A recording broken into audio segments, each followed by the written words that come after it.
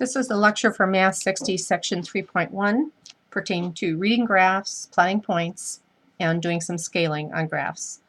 I want to point out to you how important it is that you make sure that you read all the examples in your text. One by one, get them all. They discuss things like bar charts, pie charts, and line graphs. We're not going to have time to do all that during class, so I'm going to rely on you to read your text to get that information. You're going to be expected to be capable of interpreting data given in these various ways. So let's get going. I'll refer to this as grid 1. This is an example of a grid. And one of the things that I want you to notice on here is the arrows. This particular grid has an arrow up here and an arrow over here. These are just two number lines that are crossed, and they're crossed at their 0 points. And as you know, for a number line, it goes infinitely far in the positive direction and it goes infinitely far in the negative direction. And so whoever drew this, it's really too bad that they didn't include an arrow on the left side, which I really think they should have. So we're going to put that on there. The other thing, and we're going to put one on the bottom also. This goes infinitely far positive, infinitely far negative. And while you're learning this, it might be helpful for you at the beginning to indicate that this is a positive x over here and this is the negative side, and you don't have to write the x, but it's helpful, and positive y and negative y, just until you really have gotten to the point where you've mastered it. So when you have to draw a grid like this, and by the way, you're going to probably need some graph paper. This is some that I happen to have here at home. This is 1/4 inch, meaning that there's a 1/4 of an inch distance between the vertical and the horizontal lines. This is pretty good. It's easily readable. Try not to get graph paper that has real dark lines because it's really hard to read. And by all means, don't spend any money. Go ahead and use the link on the website to download some free graph paper. Okay, so the next thing I pointed out here on the handout is to notice the X and Y labels, and we talked about that. So I really want to encourage you to fill all of those in. Also, notice the numbering here. The lines on this particular grid, they're relatively close together, and there's no way you're going to be able to put all the numbers in there. It'll look like a real mess if we tried to do that. So you can see in this particular one, they labeled them like it would be every 5. So this, if this extended out this way, the next one would be 10. It would be 10 up here, -5, and -10, and so on. And when you do the labeling, you're going to have to make sure that you include the negative sign if, in fact, that's what you mean. Okay, so let's take a look at this next grid, grid number 2, and notice the arrows on here. So I like the fact that they did that. But look what they did on the labels for the axes. Don't like that at all. So I wouldn't encourage you to ever do anything like that. In fact, what we'll do is we'll clean it up. We'll put a negative x over there, and we'll just show that as being a positive x. We'll put the positive y up here, and we'll indicate that this is a negative y. By them just putting an x and y, they were just trying to show you what the axes were. They weren't trying to indicate whether they were positive or negative.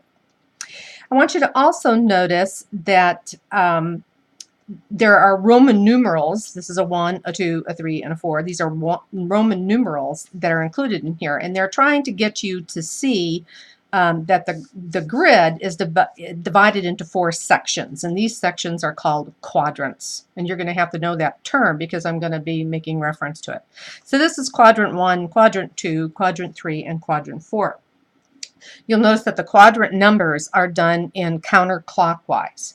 That's just the way it is. I don't know why, but well, I kind of know why, but it's done in a counterclockwise manner. And notice on this grid what they're showing you, that this here, the coordinates, the points here, are all positive, positive. So for me to get to any point in this quadrant, I would start here at the origin. I'm going to move in a positive direction along the x and a positive direction along the y. So all of the points here are positive, positive. Over here, to get a point in this location, I'm going to start here at the origin. I always start at the origin. I start here and I move left. You always have to do the horizontal first. Move left or negative a certain amount, and then up or positive a certain amount. So every ordered pair is going to be negative, positive for all the points in this quadrant. For the points in this quadrant, they're all going to be negative and negative. I start at the origin, I move to the left in a negative direction, I move down in a negative direction. So all the ordered pairs there will be negative, negative. And in quadrant number 4, it's positive, negative. Again, I start at the origin, move in the positive direction, and then in the negative direction to get to any of these points. So this is positive, negative. And you're going to have to know these things. Okay, let's do one more grid and some terms that you need to know. I kind of like this here. Notice that they have nice labels on the grid, positive and negative, positive and negative. And also notice that they've got arrows all the way around, so I'm really liking this. Notice that they identified the quadrants again in a little bit of a different way than we did on the one above. That's okay. And they showed whether it's positive, positive, or negative, positive. This guy right here, this is the origin, the 0, 0. This is where everything starts. You need to know that this guy and this guy here, the X and the Y, they're referred to as axes. This is the X-axis. This is the Y-axis. You're going to have to know that for any point, and most of our points are going to be like right in the crosshairs, they're going to be referred to as ordered pairs. So if I wanted to get to this point, I'm going to move to the right 1 and up 3, so the ordered pair for this. And what I'm going to do here is I'm going to show you how to do a leader line. That would be 1, 3, both of them being positive. Looks like an interval notation, but it isn't. It's something completely different. This is called an ordered pair, and the reason it's in order is that the X value has to come first and then the Y. It has to be in that order, the horizontal movement and then the vertical movement. This guy, this whole thing here is referred to as a coordinate system, just another fancy name. This first part of an ordered pair is referred to as the X coordinate. The second guy here is referred to as the Y coordinate. Again, this guy is referred to as a grid. And notice this word scale, it's in red here, and the reason I'm saying trying to emphasize that is that on here, the way this is numbered, every little jump is a unit of 1. Every little jump is a unit of 1. But if we were trying to graph something that had really large numbers, then we might have to call this 2, 4, 6, 8, 10, and so on. And the truth of the matter is that your scaling on the horizontal axis does not have to be exactly the same as the scaling on the vertical axis. They could be different. Generally speaking, they're not, but they could be.